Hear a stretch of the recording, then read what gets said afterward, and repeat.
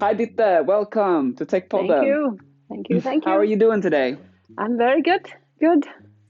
Nice. I'm so glad you could take the time out to join us today. We're going to talk a little bit about NFTs, about crypto, about maybe even some quantum physics. We'll see where we end up in this convo. Yeah. But let's cover a little bit. I saw some talks, and I must say I love your art. It Thank was you. really awesome to see and to hear your journey about that. That was amazing. Um, but I would like for you to tell that yourself. Can you tell us a little bit about your background and what you've been doing? Yeah. So I am trained as a fine art person. I graduated from Malmö Art Academy in 2009. And I was in New York at Cooper Union for a little while too. So, um, and there it was sort of in Malmö, it's this very, um, an art school that's not at that point was not super obsessed with material, so it was a little bit of a death of painting moment, and I insisted Okay. on painting at that point, so it was a little rough. But I actually, the first art schools that I, and even that school in Malmö, I applied with a video piece of, it's called The Game of Art. So it's this little, almost like a music video where I'm running in this um, almost a computer game like situation where I am gathering paint and canvases and brushes and stuff. So that was actually my uh, how I entered art school, and then I primarily painted during those years at the academy. Is And this video piece available anywhere to see? yes, Is it really? I did put it on my Instagram a few months back. I wonder if it's how I will find out and send you a link and see where it is. Awesome. I'm gonna have to look that up. If the full thing is on my Instagram, yeah, maybe it is. Awesome. That sounds awesome. Mm, And we'll add your links as well so people can follow you on Instagram and whatever social media that you prefer. cool. Okay, so that's how I got into art school. And when was Yeah. this ish? I graduated in '09, so that was like in. I mean, there are so many schools you have to go to before you enter the academy. So I guess I Yeah. started out in like 2000s with in 2001 with art school, just right after high school. Okay. How did you Yeah. know you wanted to get into arts? Um, I don't know. You just know. I don't know. Yeah. There's nothing that, I mean, that was just there all the time when I was a kid too. Um, so yeah, never a question. That's just always been the path, I guess. Yeah. How would you describe your artwork for someone who hasn't Mm, seen it? well, I am following every impulse. So I have, I mean, I don't have like um, a signature way of painting. Right now, I have had for a few years, I'm doing these color gradients where two colors are meeting each other um, on canvases painted with like these huge brushes. So that's what Wow. I've been doing for the last years. But before that, I painted super figuratively. I was commissioned to do the official portrait of the prime minister in Denmark. So Wow. just to say that that was, a real thing, that I was doing figurative works. I did a large series of paintings of Rihanna based on paparazzi photos. I think that Oh, nice. that was how I got the prime minister portrait job. So, and then after a while, these figurative paintings began sort of to dissolve in my studio. I sliced them up, weaved them together with other things, and they became almost like glitches. They almost looked like digital glitches, but they were small lines of actual canvas that I had, woven together in different ways. So uh, it became more and more abstract that way, or more and more pattern like it looked like different patterns. And from there, I guess I ended up in this complete abstraction where I am now with these color gradients. I guess that's the shortest version of my art practice. I mean, I've also done works with audio and all kinds of stuff. But that's kind of part of being a creative, right? Just following the impulses and kind of where you're at mentally right now and what you're attracted to visually and I think I very much, write myself into that idea of the post-internet artist, in the way that I did a lot of work that were related to the internet like 10, 15 years ago. For example, I have these 2 big projects where I just answered an email scammer, and then together with him, I kind of built up this whole narrative, this whole fairy tale. So everything he sent it to me, everything he was sending me, I was illustrating through painting, and then it became a book as well. There was this guy who had. I love that. Yeah, he had a big heritage in Benin in Africa for me. So and then he built up this whole narrative about there was a house as well that I could go and own. He's told me the same thing. What the hell? So scamming the scammer was sort of that project, but it became this really nice, beautiful story where we were both projecting on whatever expectation you have of the other on the other side of the planet. I guess you're a scammer, so you're probably, poor or whatever. And, he might not even be from Benin, right? He could be my neighbor from here in Denmark. Yeah. So it's this really embarrassing conversation where we're both, he expects that I am a man and white and wealthy and stupid enough to, all of that. But there were some really nice pictures that he sent me of the house and this whole story. So so in that sense, I kind of just painted what was handed to me, right? Mm-hmm. And the same thing with the Rihanna paparazzi photos. That was also something I was just following her. There were these pages like 10 years ago where you could just follow the paparazzi were uploading these pictures of her all the time. So so that was sort of the art of selecting, there was like 1,000 pictures of one situation where she's exiting a car going into a restaurant. There's so many pictures, right? So which one can be uplifted to a painting? Which one deserve that that attention somehow? And then picking one and then painting that and adding time and sentiment into that one painting. So that was also just something that was just handed to me. I just followed, every day I had to pick. So that was sort of the concept. I had to pick one painting or one photo from that website. Yeah. But now I think these dream gradients, these huge canvases are more or less not coming from an outside source that is telling me what to paint. So they are more coming from inside, a need for more of a Zen-like meditation sort of practice where it takes a really long time. I'm painting with very thin layers of acrylics with just a little bit of pigment in. So they're built up over,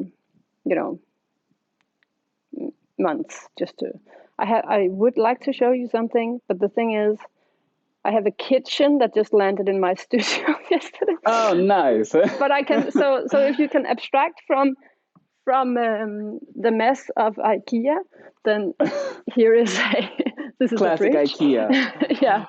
So this is one of the paintings that I'm working on at the moment, and then I have one right here too. The sunshine. That is somehow just peaceful. Yeah. It just resonates with the mind in a weird sense. Yeah. And weirdly, even though they are very much made with a traditional way with brushes and paint, then they sort of look digital in a way, and that's that's something that I have just thought of recently. Where that takes me, that they have sort of they almost look like a pause screen. Yeah.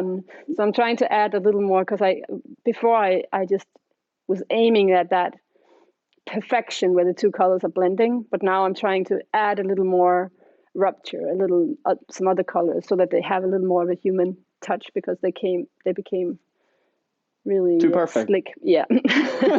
Exactly. Are you generally a perfectionist when it comes to art? Yes. Yes. Well, that's. I think it's so fascinating hearing people who are creative. Like, where does the art come from? Like you say, sometimes it comes from the outside world, and you kind of find inspiration from there, and sometimes it comes from within, from a place where the artist needs something that maybe doesn't exist, or that fills a void within themselves. I heard you talking about a little bit about the adrenaline and oxytocin experience you had, which seemed to feel like a void in your place where you needed it. Exactly. Do you want to touch upon that a little bit and what that did for you? Yeah, it was. There is a sculpture in Florence of two wrestling males, a marble sculpture, and it's like 2,000 years old, of two men, like really muscular men. And I had that printed out in my studio wall for a really long time, and I didn't really know what it wanted from me. So I just had it there, and then I got pregnant with my second child, and because I had a really traumatic first experience giving birth 6 years ago, I was super afraid, of course, and that first situation became like this hospital nightmare with a lot of interventions. And I was just thinking, okay, this can't be, I have a pretty good connection to my body. I should be able to master this, right?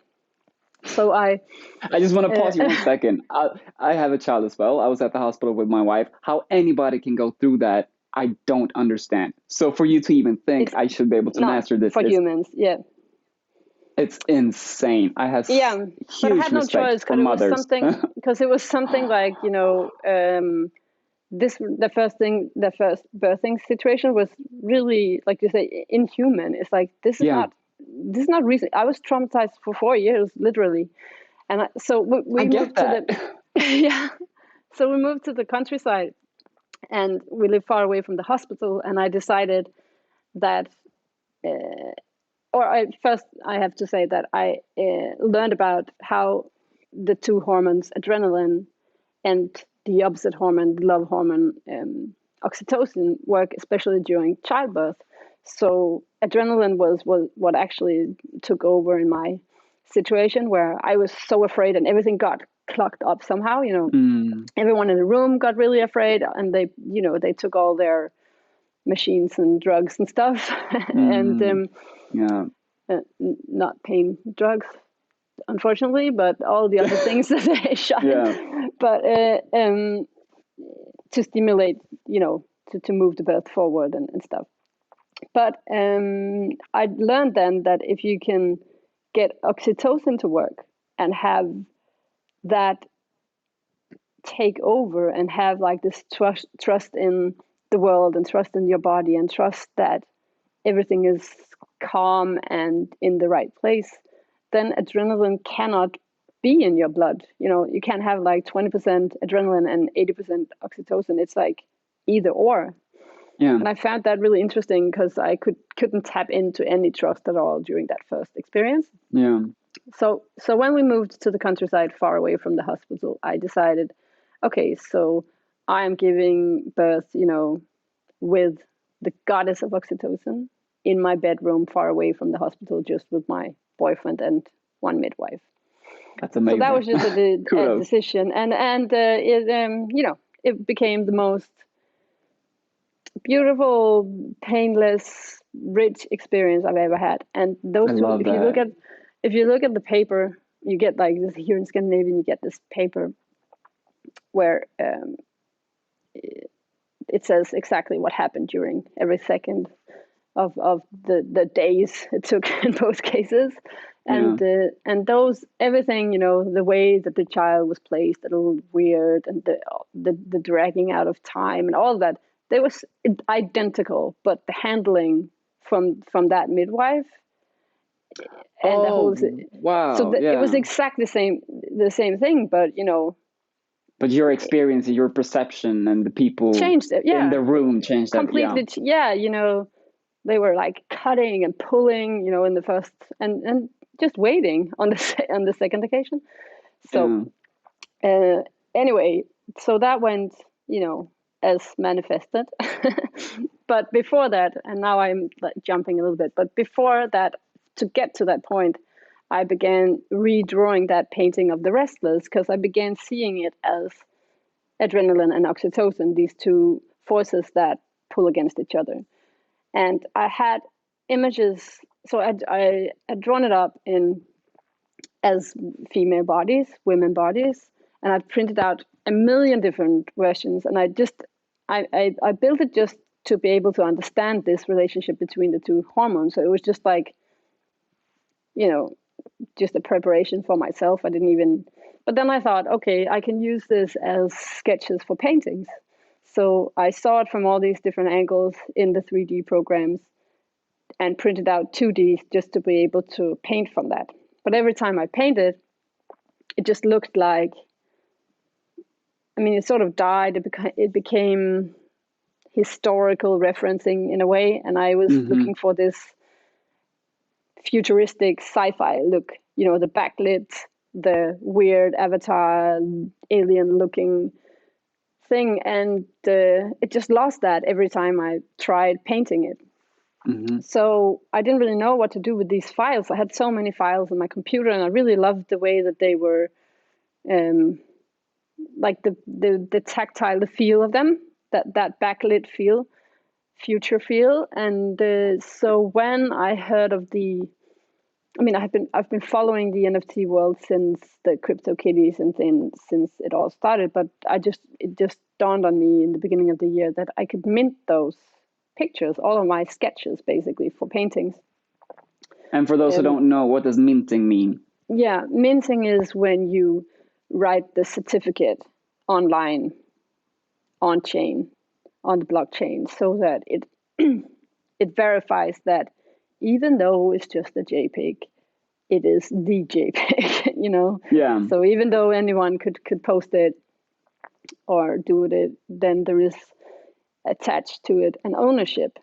And I found that really interesting. I also found it especially interesting with the memes and these things that got minted, because it's something that belongs to our cultural heritage, and it's something that, like 50 years from now, would really represent our culture and the way that we were thinking and dealing in this time and age. So I thought, especially the memes, I thought that was really clever to put an ownership on that someone took care of owning that, either be it a museum or in a private collection, but that it was uplifted to become real culture, not just foolish videos online. So I thought that shift in thinking about the art world was really interesting, and that was when I began minting my own images in the beginning of the year. Yeah. And is that when you felt like your art piece actually could bloom to what it was supposed to be, since you could use the little space and kind of... Exactly. So I didn't have to translate it into something else that would fit, like the old art world or whatever, to fit a gallery space or a museum. It could it could stay in that frame that it was created in, and that I thought it worked in.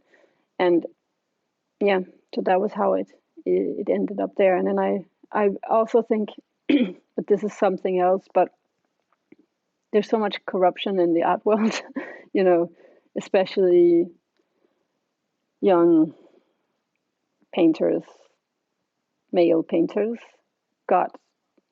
were bought by collectors and put into museum collections, and secretly, so that the prices would go up on auction. So there was many young artists that were actually being framed a little bit to be a success. Self-fulfilling prophecy. Yeah, and it was, good for them, I guess, but also it was no longer about the art. There was especially a period like 5-10 years ago with a lot of abstraction, that no one really know why that suddenly became important. But all the museums had, these 10 different important artists, and they were, being pushed to being, a success. And there was just a lot going on behind the scenes. And on the blockchain, the thing with the pieces that are minted there, that are put there, is that you can't hide the transactions. Everything is visible forever. So the first time when I put something up, someone buys it from that person. So that chain of sales would be visible forever. And I really found that missing in the art world, because there was so much going on behind the scenes that just,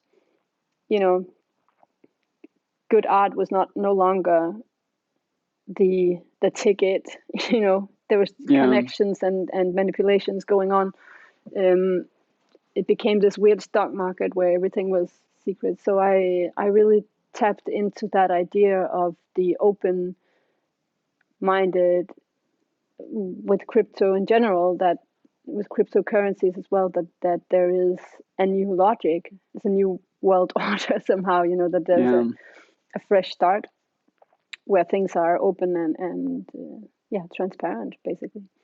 Yeah, I love that. I mean, I have a bunch of friends who create art and in different kind of spaces, and I know that a lot of creative people. I do music myself, so I'm in kind of the music space of creativity. But a lot of creative people have a difficult time finding a platform on which they can kind of grow and actually capitalize off their art, unless they are really jacked into, like you say, these people and have these connections and get, So it seems to me like NFT has really, and blockchain technology has really enabled a lot more people to actually make money off of their art and to keep doing that in a better way. Would you agree on that? Yeah, absolutely. And also, I think something that's really interesting too is the fact that there are. It seems that there is a new way of accepting. Oh well, it's not happening yet, but we will have to accept other disciplines into art, like illustration and graphic designers they have been excluded. And even though they are, more often than not more skillful than the artists, they have been excluded. And I'm just thinking about the moment like 100 years ago where everyone in the art world were laughing at Picasso or whoever. They were not doing paintings. Funny how that works. They were just doing shit that looked horrible. And now that's like the first image we get in our heads when we think about art, right? And I just wonder if this is a shift like that. I mean, most people from the real old art world would say it's not, art is sacred and it's not just about skills. And I can agree to the point that I see so much horrible illustrative art in the NFT space. There's so much crap. I agree on that. But isn't that just, or could it be that it's crappy in the same sense that Picasso was crappy? Do you know what I mean? I mean, who am I to judge? Even though I don't like it personally, I'm also schooled in a really traditional, even though it's a contemporary way, it's still, a traditional fine art world where we are used to excluding those types of skills, right? But I mean, sound art became, accepted into the real art world a while back, and maybe it's the time now where other skills are. Before there was one rule, if it was on an auction and sold to a high price, then of course it was included in the art world. There's no denying that. So I mean, check on that for the NFTs. I don't know. I don't have like I don't know what's happening. I don't know how it will be viewed at like in the future, but it sure is interesting to see how the art world is really shaken up and is really scared. The people are, banishing NFTs, and it's a really it's a scary Isn't thing. that though like just a sense of losing control of what has Yeah, been controlled and what has been set up? Like the people who has been in this for a very long time, they feel like they got this shit. So exactly. like we understand this business, we know how to maneuver, we know how to profit, we know how to sign the right artists and put them in the right exhibitions in order to make X amount of money and do this thing. And Now here they comes have the no control. people, no control, and Yeah, that's a sense of fear from them, I suppose. and And more I'm important, just yeah, yeah, no, go ahead. and more importantly, they are afraid that their old money won't be valuable 20 Yeah. years from now. You know, that we are all then using crypto instead. And they Hmm. are not really tapping into that because they come from a really, I'm part of that too. But, it's an old way of thinking and it's a conservative way of thinking. And art and money really go together really nicely. Yeah. And to say that crypto art is valuable, then you are maybe degrading the old money a Hmm. little bit. So Yeah. so all those systems that are working, how are they gonna maintain themselves? I mean, I still think people want paintings on the walls, especially mine. But I still think there is I think people have had enough of shady business. I mean, cryptocurrencies were invented after the last financial crisis because there were some people that needed a new way of thinking of wealth Yeah. and thinking about distributing wealth more equally. And I think that idea of equality, it seems like people have had enough in so many different ways, Yeah. with racial issues, misogyny, all of this. The throwing away of sculptures of slave traders or whatever. There is a cleansing in the Yeah. in the idea that we are sticking to old structures. I think people have had it, and I think I think so as well. cryptocurrency kind of is a part of that whole change. Yeah. Yeah, I think so as well. Just like you said about the what is art, like who who am I to judge what art is? As long as it resonates with somebody else as art, it is art, right? It doesn't Yeah, matter if that is one person or 300,000 people, right? yeah, but it sure helps that a lot of people have, for example, accepted the CryptoPunks Yep. or something like that.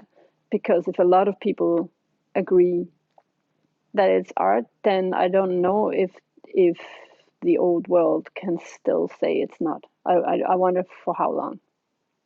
Yeah, Let's probably see. for a little bit, but I don't think they could keep that up. I mean, No.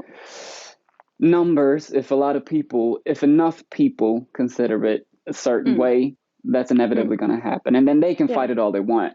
Yeah. We've seen a lot of examples in that in the tech scene. And, when the first iPhone came out and everybody said that wasn't going to be a thing and the internet wasn't Uh-huh. going to be a thing, and people tried to, kind of counter that instead of Yeah. going with the movement and trying Mm. to tap in and be helpful towards the community and stuff like Yeah. that. Yeah. And usually that ends up not being a good idea for the old dogs. Yeah.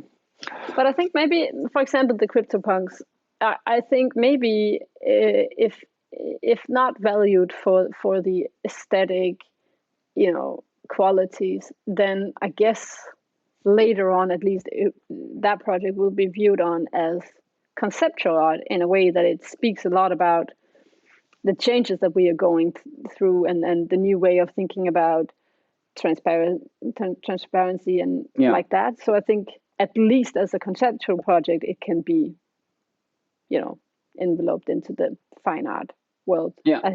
I think, on the other hand, there's a lot of these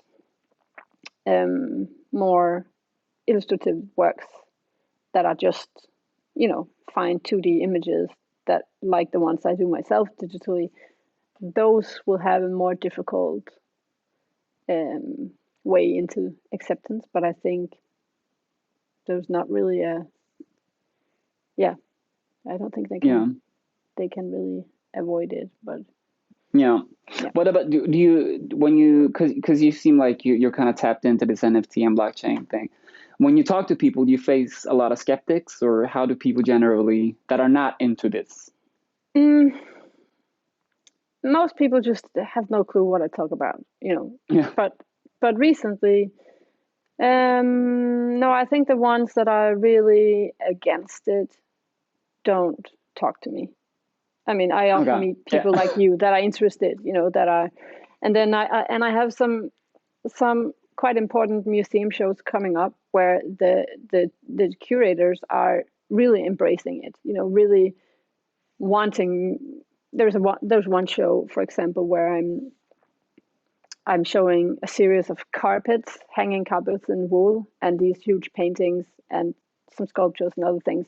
And then in the beginning, when I presented my idea, I had, because I'm also doing this huge meditation video piece that's going to be on the ceiling in this old Wow. church, and then Yeah. you're lying on the floor, so it would be like 20 projectors covering the ceiling. That sounds And then awesome. and then it's a sound piece, and you're lying on these nice carpets. And then my idea was to make a proof of attendance NFT, so that if you've been in that room, then you have an NFT that you can, Wow. a minted That's NFT. so So clever. yeah, and it's not about the money. Then it's about inclusion, right? Or it's about Yeah. sharing that experience, and also claiming that you own part of that experience because you were actually there, instead of just everything going on online, that you were there in that room. And now I'm just running a little bit out of time, but the museum director is like, please, we need this to happen, we need this NFT to happen. So I think there is a lot of, from the institutional sides, they are very interested. I think it's more the gallery people that are, the commercial galleries, that is a little more frustrated, because it seems that artists are going around the Yeah. galleries and not showing in the galleries. And also because it takes, maybe it's easier now when things are more established, but it takes a while to understand what is an NFT, what is blockchain, how can we even guide our buyers to Yeah. buy NFT, so they need like a whole new person in the gallery to take care of just that. Yeah. And the people just don't have the resources to do that, so they are just, neglecting it, or going against it. But the Yeah. museums and Kunsttitles and stuff like that, they want it, even though they don't know much about it. They're like, we need to have this because this is the new Yeah. thing. So in that sense, I haven't really talked to anyone who's against it. Even my galleries have been really embracive of it, and That's nice. Yeah. promoting, even though they are not able to really maybe sell the NFTs, because I don't think that their buyers are super interested, but they are, still Mhm. promoting it on their Instagram, and like being, you know, part of it with me somehow, that they are talking about it and opening up towards it. So I think it's more like the Yeah. really big, huge galleries that are skeptic, but they won't be for long. No, probably not. They will come around Yeah. eventually. You know, that's awesome. Are you also invested in like money-wise blockchain? Have you been into that for longer than NFTs, or what is your view on that? Not with, I wish, and we all Yeah. had those bitcoins that we bought a pair of socks of with, Yeah. no, I wish I had cryptocurrencies in my wallet early on, but basically now I just have what I've sold NFTs for, and Yeah. then actually last week I bought some more Ethereum because I really really believe in Ethereum, and I Yeah. was too late on Bitcoin. So Yeah. not Yeah, because financial advice, but no, buy Ethereum. no finance, don't buy. Do your own due But do, yeah. diligence. But yeah, because Ethereum, there has been a lot of talk about the impact on the environment when it comes to Yeah. blockchain and Ethereum. But Ethereum, they have kind of solved that, haven't they? Or they are supposed to. Yeah, it's been a long process for them. Before, they were proof of work, meaning a proof of work blockchain, where you and many of your crypto savvy listeners will kill me for this banal explanation, but let me just do the super banal version. So to build a block and is this huge mathematical problem that needs to be solved. And before that, it was a competition. So we need a new block on the blockchain. It's a competition. Whoever gets there first gets, the fee that's involved with that. So there's a lot of machines working to get it, and then just one got it, and all of the others just had to go on to another block and fight for that one. So that was why there was a lot of waste. Now with the proof of stake technology, in the very shortest explanation, you are simply giving the job to one person to build that. One person that the whole community trusts, to build that one block. So there's a lot less, waste because of that. And there was a lot of blockchains coming this summer that, were building like that to begin with. But Ethereum has to transition into that. And they have been on the way for a while, and hopefully by the beginning of the year, maybe a little longer, they will be there too. Yeah, that is quite amazing how that works. And I mean, it really has to come down to a point where the energy consumption isn't as high, where it doesn't affect our real world to work on those computations and to be able to handle those contracts still. But still, I'm even, as wasteful as it has been, art is just a little playful thing on top of this. I mean, this is not meant for art, right? So it doesn't really matter if I mint an art piece or not. It doesn't change the whole, even with all of the art and all of the Christie's sales and all of the attention, it's still just a tiny little bit. And thinking about how much waste there is just to make a t-shirt, and to wash it all the time, and to, but we still need the t-shirt, and I will claim that we still need art, and it has a price, as do, seeing a Netflix movie, as do anything. You can't, you have to be, a vegan living in a hut in the forest if you don't want to make any carbon footprints, because it's impossible. Of course, it's clever to start to see if there is some, you might not need 50 t-shirts, maybe 5 is enough. But so of course it's good to try to minimize the waste. But I mean, for every email, for every Google search, for every, you're wasting. That's the way of life now. There's not really a way around that. But I mean, we should be mindful of course, but I mean, I think art can be wasteful as well, on the same level as a Netflix movie or whatever. So absolutely, But I mean, also, like I saw a video of somebody talking about that the energy consumption of Ethereum specifically was like a full country every day. I don't know if that is true. I haven't fact checked this at all. But there are so many. Might be true. But there are so many different articles that would prove the opposite, or say something else, or like, I don't know. No one knows. There's so many articles claiming that they have the truth about Ethereum. Anyway, it would be nice when they finally transition over. And there's still art on other blockchains as well that can be consumed. I have one on Flow blockchain, for example. Flow blockchain? I've never heard of it. What is that? Is that a new one, or? That's a sort of a new one. Yeah, it's that's where I have the restless. I have the version of the restless that are spinning. Oh, yeah. It's on Flow through a place called Misa. What about that? Say I'm an artist and I'm kind of wanting to get into this, because I know there are a bunch of platforms where you could put it up in a bunch of different blockchain. And how do I get started to kind of learn this space and take part of it?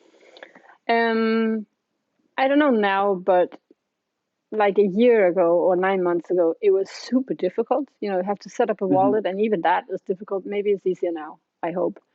So it was a little bit of a struggle for me, but I I would still start on Opensea, which is more or less eBay, everything. Mm-hmm. There's no censoring. So there are some really good and also successful projects going on Opensea. And it's fairly easy, I guess. It's on Ethereum. Mm-hmm. And then there is Foundation, which is a good place, but you have to be invited by another artist. And then there are Known Origin, Super Rare, Rarible. These are all platforms where you can mint on. Then there are so many others on other blockchains, especially Hickenank is a really popular one. Okay. There are many. Yeah. There's probably websites that have like pros and cons and lists of what is. The good thing about choosing an Ethereum blockchain is that most people that are buyers will have Ethereum in their wallet, or they can easily exchange to that. OpenSea is kind of old now, so the structure of buying is also easier. It's by credit card. You don't even have to have a wallet. You can just like go in, find something you like, and then your card kind of, they have a back office thing that kind of makes that exchange and makes, do the whole crypto thing behind the scenes. So you can just like pick what you want and pay with a credit card, which is a huge advantage for the real art world to be able to, invite collectors in, because before it was Silicon Valley dudes that bought crypto art because they were the only ones that could navigate those websites, right? Yeah. So I think it's complicated. Yeah. So so now it's much easier to buy. Yeah. I don't know about creating, but I'm sure that's a lot easier too than it was a year ago. It probably should be. It seems like a lot of things are happening in that space, and trying to simplify everything for everybody to kind of, because it is about decentralizing, so that it's available for everybody, right? Yeah. And so that we don't have to go through one distributor or one specific company or institution or whatever. So it's just been very nerdy up until now, that it seems like it was the tech geeks that were interested and were also creating the artworks. And then now more and more artists from the old world have, been, there's the Katharina Grosse, for example, and Damien Hirst and these like, big people from the old world that are now also minting. I bought a Katharina Grosse piece. I'm very happy about that. Nice. Yeah. Yeah. So That's so cool. Have you heard about Mark Zuckerberg's metaverse plans? Yes, it's such a shame that he took that word. It was our word. Now he took it and destroyed it. Oh. The metaverse. Oh, couldn't he have picked something else? But okay. Yeah, he's gonna destroy that word. Yeah. You need to find another one. Yeah. I think I still have that word somewhere in my bio, maybe here or maybe on LinkedIn or somewhere, where I'm like, I have to change that. I can't have like metaverse in my bio. No, all of a sudden it becomes kind of branding for old Facebook. Oh, yeah. What are your thoughts on that? Do you think that could help the NFT evolve, or do you see any connection with those things? Oh, I'm so split with all of that. I've been so split with Facebook, and because I'm using it a lot and I like using stuff like that. And I'm not too scared about giving up, all of my information. I'm not, I should be a lot more, but I'm just lazy, like we all are. It helps me so much, so I'm taking that part of it. But I mean, So you don't read the privacy terms before you accept? Never. Never. I just dive in with, jump in with both feet. No, I should be a lot more careful. I'm not. I'm just a consumer. I think people that are younger than me I'm soon 40. I think people that are in their 20s and 30s are much more afraid of that, Hmm. which they should be. I'm just too lazy, you know. Yeah. It's bad. How about you? What's your take on it? Well, when it comes to those privacy things, I am kind of in between. I know certain things. If I use social media, I know certain things will use a lot of my information. And if I visit a site that has, the privacy terms or the cookie settings, I usually go in to see, okay, what companies are gathering information, just to kind of get a feel of it. Most of the companies where I do that, it's around 300 to 400 companies getting information from me. If it's And one of those sites. is that easy to see? I mean, I'm just, so busy, so I get, I don't have time for all that, but maybe that's Yeah. something that's in your interest field too. I'm like, go away. I need to, go to where I'm supposed to go, Yeah, but it's very easy. If you go into a site and a pop-up comes up and say we have cookies, you can just press like more information or information on who's gathering information about me, Yeah. and the list comes up. And then if you want to deny them, you have to manually drag every single one of them, 400 companies, to decline. Yeah. But so I think that is kind of interesting. I'm not scared of that at all. I just think it's interesting to know what you don't know, like who's getting information about me. That's good that some people are actually interested, because I think there's a lot of people that are as lazy as me, So I think most people are. I think most people don't care. I just want to read this fucking article. Can you please just let me in? Accept. And there's nothing wrong with that. It's just an interesting thing. But as far as the metaverse thing, I think that has potential. I've seen other companies try the same thing previously, but I think the technology hasn't been there. But I think forward, it could have great potential. I think it could do a lot. And all of a sudden, there is a place where you can actually broadcast your NFTs in a different way. Or you could have an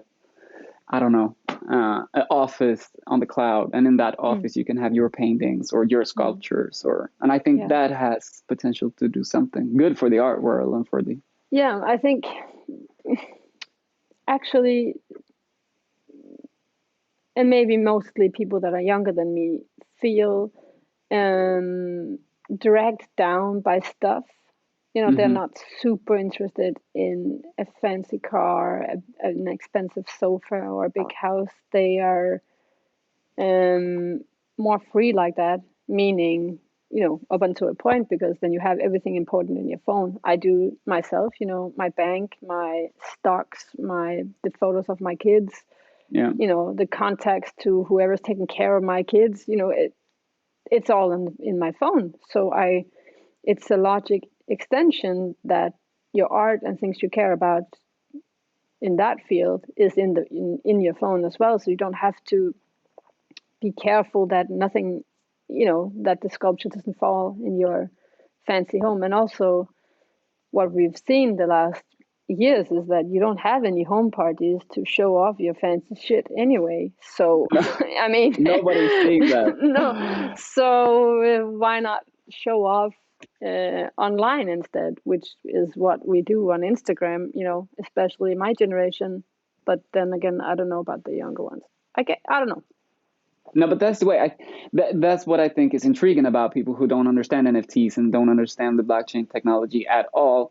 That they usually like, why would I buy a picture online? It's online, everybody can see it. But like your painting that you have, anybody can copy it and put it on there. Nobody sees your painting that you have in your bedroom, anyways. No. And I mean, the human way of consuming now is online, and showing up your things is online. Like you say, we barely invite people home anymore. And also, if you have like a really nice canvas print of the Mona Lisa at home, it's still not cool because it's not the Mona Lisa. You know it's not, even though it's the same picture. It's not that one. Yeah. It's the same thing. It's ownership. Fascinating how that works. Yeah. Yeah, it's fascinating. I read an article this morning about that somebody had purchased a half-eaten sandwich from someone from One Direction for like, I don't know, $40,000. And Michael Jackson's Thriller coat and a lot of different things that famous people has had. for ridiculous amounts of money. Yeah, And infused with like myths and and that's the whole thing about it. Like I can own this piece and nobody else can own it, and that's where the NFTs come in my mental space, at least. So I think the way of consuming for humans had been there for a long time. We just haven't had the space and the platform to be able to do it. Exactly. Maybe we'll see what happens. Who knows? It would be nice to hear this interview like 20 years from now and see how we may be spot so wrong on about we were, or so wrong. Not one thing came in fruition. Exactly. No, but I have a few friends, they play video games or computer games, and in those computer games you can buy skins. Exactly, that's the same thing. And that has been a thing for a long while. And I mean, people pay hundreds of thousands of dollars to dress their character in a different cloak. Exactly. Or whatever, or have a different weapon. And especially if you are a teenager sitting at home, never meeting your friends. Of course, you want a fancy golden diamond thing to wear when you're playing with your friends. Yeah, I get that. Yeah, that's the place they show off their things now. Yeah. You know, in the online space. I get that. We're gonna be. Do you remember that cartoon, Wall-E, where the humans were just like their feet? I don't think their feet were, their legs were not working, or how they were just like thinking through a screen all the time. I don't think they were able to walk or something. No, I think they sat in a spaceship and they had these screens in front of them, and they just ordered whatever, and it came right up to them, and they just moved it. That's how it is. Fascinating, but also a little bit scary. Yeah. Do you know also of that story? There's a guy, he has sort of a Swedish name, but I think he's American, Nick Bostrom. No, don't recognize. He's a scientist. He made a theory, I think the theory, but I'm not sure, it's called the inverted pyramid. So it's a shape of an pyramid, and we are, our life and reality is somewhere in a segment here. And then his theory that he has proven in all kinds of different ways that I cannot explain is that every time a civilization realizes, I mean, the civilization is always trying to get to the bottom, to the source, because they know, we know somehow that we are simulated. And then when we get closer to simulating ourselves, to make a simulation, first, I guess, movies, now artificial, or VR and all of that, and computer games. When we get closer to creating an avatar ourselves, we realize that we are also avatars, just with another setup, right? So now I think we are in a position where we are slowly developing all of this, but also realizing that we are not this, that we are just a shell, and that there is something else. So when we have created another layer in this pyramid, then we also want to like seep down and understand who has created us. So that's a longing, like something inside us that's always longing for the source, for who has created us and who has created those that has created us. And so there's this these segments. I find that really interesting. It's like this the Plato tale where these people have been in a cave, and then they have just seen the projection of life on a wall, and then they are finally, when someone is coming back from have been outside and explaining this, they think he's a liar. Yeah. But so I love that story. That's an amazing story. It's amazing. I wonder how long until we realize that this is just an avatar, even though we are thought to believe that flesh and blood is so dense and real. That I know, and another science, seems, Yeah, and like all the science fields are so. I love like doing research about that, and space and the Big Bang and how everything works, and quantum physics and particles, and like nobody knows. We know a lot, shit, but nobody knows anything. We don't know shit. Yeah, we don't have the formula. We don't understand how things work. It seems to be impossible. We can't get that last little piece to fit together. And everybody's searching in their different fields and have different theories about everything, which I find amazing. But I mean, we know every inch and every millimeter of our bodies, but we don't understand anything about the brain. No. We don't have any research that tells us, where does our consciousness come from? Where does our capability of dreaming, of thinking like human beings come from? Which I find very fascinating. Yeah, and that's why there is, and then there is this longing, for understanding that. And that's basically, and that's basically the longing for knowing who created us and why. I mean, I guess that's maybe it's a little, sad teenager on some planet, that has just, made up this whole thing. That would be so dope. Imagine us coming to the conclusion that Roger, 15 years old, created the Earth. And it's just it's just a computer game. Then there is another computer game over there, and we don't know anything about it, right? Yeah. I remember when I was little, I played The Sims. I think I was like 7, 8, 9 or something.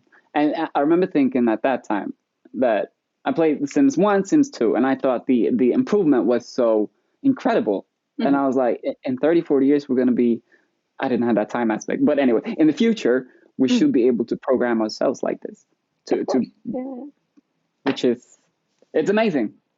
I saw this movie that now I can't remember the name of it. Something machine. Oh, stupid me. Where there is a guy who he's basically the owner of Google, and then he creates this robot and then he has a test person in to see if he can find its consciousness. If he can find any flaws in the belief that this is an actual human. Oh, what is it called? Anyway, it's really, I don't want to spoil it. But so I'm gonna have to look that up. Yeah. It just popped up on Netflix yesterday, so I think it's a really popular one right now. So okay. Hope it's available in Sweden. I know they limit their content depending on where. But I'll see if I can find it. That would be amazing. Yeah. I will send you the name of it so you can put it in your note, because that is really what, that tale of the cave, where we're creating something in the image of ourselves, but something that's better and that can work without us. Yeah. Quite fascinating. It is. Well, we're running kind of out of time. I'm so glad that you took the time to talk with me about NFTs and cryptos and stuff. I know there are a lot of artists out there trying to tap into this and trying to understand how this works. So it's really nice to be able to hear someone who has been in it for a while and understands parts of it at least. Thanks. I don't know if you would consider yourself an NFT expert or crypto expert, but no, I guess no. Or maybe you do. I don't know. Maybe so. Maybe I should relabel myself. Yeah. Yeah. Crypto expert. Yes. No, but thank you so much for joining me. Yeah. It was a really nice conversation. If you're ever in Stockholm, hit me up and we'll have a coffee. Yeah, I am. Yeah. In real life. Oof. Whatever that is. The fake thing that we call real life. Yeah, a real simulated life. Yeah. Okay, awesome. Cool. And I will post all the links so people can follow you. And if you have any upcoming art projects that we can follow, or any new NFTs coming up, or anything, please let us know. I will. All right. Cool. Thanks so much, and have an awesome day. Good luck with your paintings. Thanks. Bye-bye. Bye-bye.